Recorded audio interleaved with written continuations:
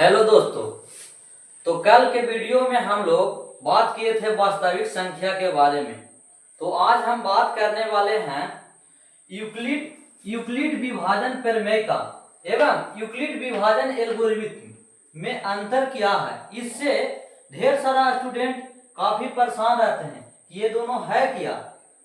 तो चलिए हम शुरू करते हैं इस वीडियो के माध्यम से। तो यूक्लिड विभाजन प्रमेय का यह एक सिद्ध किया हुआ कथन है। यह एक सिद्ध किया हुआ कथन है, जबकि यूक्लिड विभाजन एल्गोरिथम यह एक सुपरिभाषित चरणों की एक श्रृंखला है। क्या है?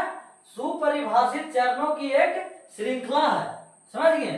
तो यूक्लिड विभाजन प्रमेय का प्रयोग हम अन्य कथनों को सिद्ध करने में करते हैं। किसमें करते हैं?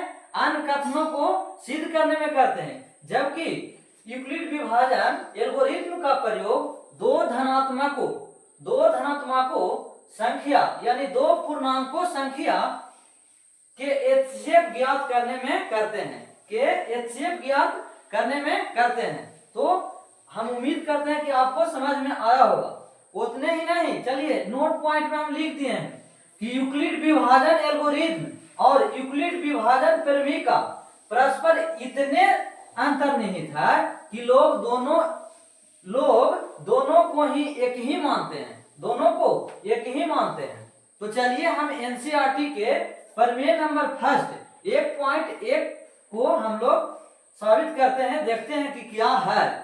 तो यूक्लिड विभाजन प्रमेय का, यूक्लिड नामक एक वैज्ञानिक थे, प्रसिद्ध गणितज्ञ थे, वो दिए यूक्लिड विभाजन प्रमेय का। यह क्या होता है? जो देखिए, दो धनात्मक पूर्णांक a और b हो, दो धनात्मक पूर्णांक a और b हो और कोई पूर्ण संख्या q और r हो, तो हम यूक्लिड विभाजन प्रमेय से हम कह सकते हैं कि a बराबर bq प्लस r।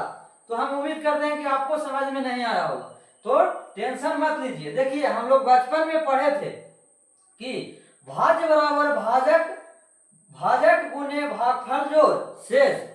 नहीं समझ में आया होगा, यानी पिछला बराबर अगला गुने पिछला जोड़ निचला। समझ गए ना?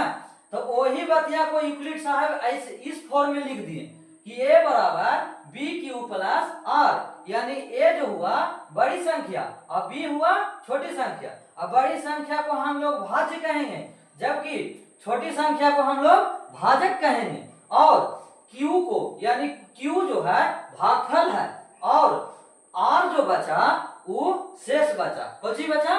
तो शेष बचा। और चलिए, ये कब इस कंडीशन पर फॉलो करेगा क्या कि 0 से बड़ा होगा या बराबर होगा r का वैल्यू, और r से बड़ा होगा b के वैल्यू। b के वैल्यू कभी बराबर नहीं हो सकता है, यानी सिर्फ बड़ा होगा, r से b बड़ा होगा। समझ गए? तो चलिए हम और कुछ एग्जाम्पल से समझाते हैं कि एग्जाम में कैसे क्वेश्चन पूछता है।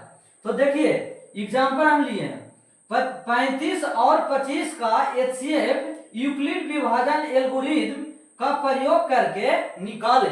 तो हम अभी बताएं कि यूक्लिड विभाजन एल्गोरिथम क्या होता है। a बराबर bq प्लस r, जिसमें a क्योंकि है तो बड़ी संख्या, b क्योंकि है तो छोटी संख्या। तो हम इस फार्मूला का प्रयोग करके देखिए एचसीएफ निकाले हैं। तो देखिए 35 यानी a बराबर bq प्लस r पर हम सजाए हैं, तो 35 बराबर 25 गुने 1 प्लस 10। अब आपको दिमाग में चल रहा होगा कि 25 गुने 2 ना काहे किए, तो हमको 35 से पुराना है बहुआ।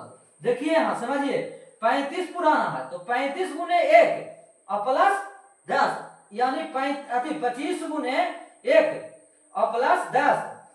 कहे कि 25 गुने 2 हम करेंगे तो 25 दूनी 50 हो जाएगा, जबकि है कितना? 35 है, यानी 25 गुने 1 प्लस 10 ये हो गया। फिर आ जाता है जो b का वैल्यू होता है a का काम करता है, यानी 25 बराबर 10 गुने 2 प्लस 5, यानी 10 गुने 3 नहीं करेंगे, कहा कि 10 दिया ही 30 हो जाएगा, जबकि हमको पुराना कितना है?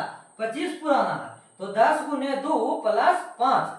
अब यहाँ देखिए 10 आ जाएगा, फिर a का काम करेगा, तो एक को पुराना है तो 5 गुने 2 प्लस 0।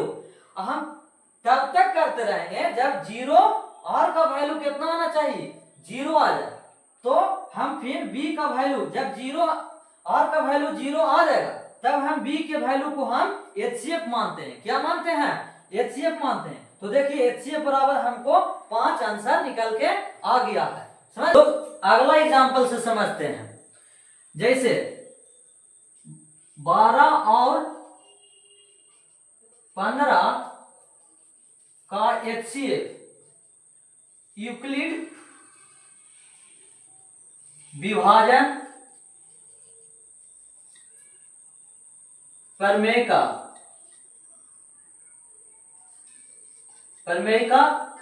प्रयोग करके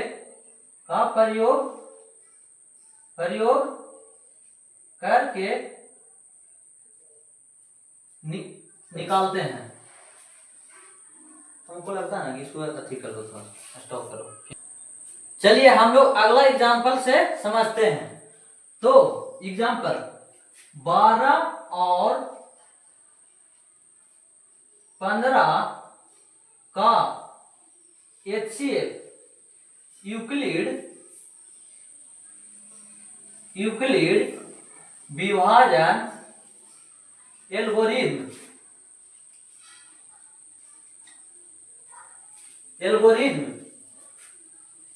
का प्रयोग कर निकालते हैं।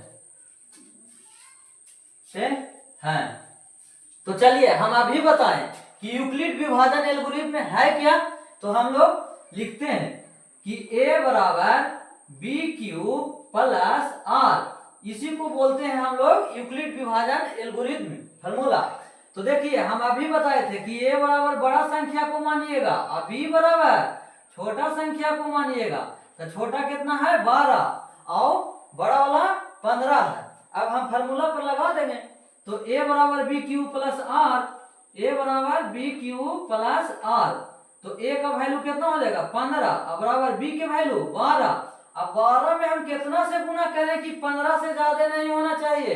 तो देखिए 12 गुने 1 और प्लस रिमाइंडर कितना बच रहा है 3, यानी 3 हो गया। अब यहाँ देखिए b का जो वैल्यू है वो आ जाता है कहाँ 12, यदि a के वैल्यू बन जाता है। तो देखिए अब हम कुछ लिखेंगे इसको, तो 3 आ जाएगा यहाँ b के जगह पर। तो 3 गुने, अब ऐसा संख्या q लीजिए कि 12 पूरा हो जाए। तो देखिए 3 गुने 4 हम लोग करेंगे प्लस 0, यानी हम बोले थे ना कि जब 0 हो जाएगा तो हम लोग स्टॉप कर देंगे और जो b का वैल्यू होगा, b का वैल्यू आएगा वही हम लोग का कौची होगा HCF होगा। क्या होगा, तो HCF होगा। तो हम लोग के HCF निकल कर आ गया कितना 3। इस क्वेश्चन का HCF कितना आ गया 3। किसका प्रयोग करके, यूक्लिड विभाजन एल्गोरिथम का प्रयोग करके। तो हम उम्मीद करते हैं कि आप लोगों को समझ में आया होगा और अच्छा भी लगा होगा। तो प्लीज मेरे चैनल को सब्सक्राइब करिए और दोस्तों तक शेयर कीजिए। धन्यवाद।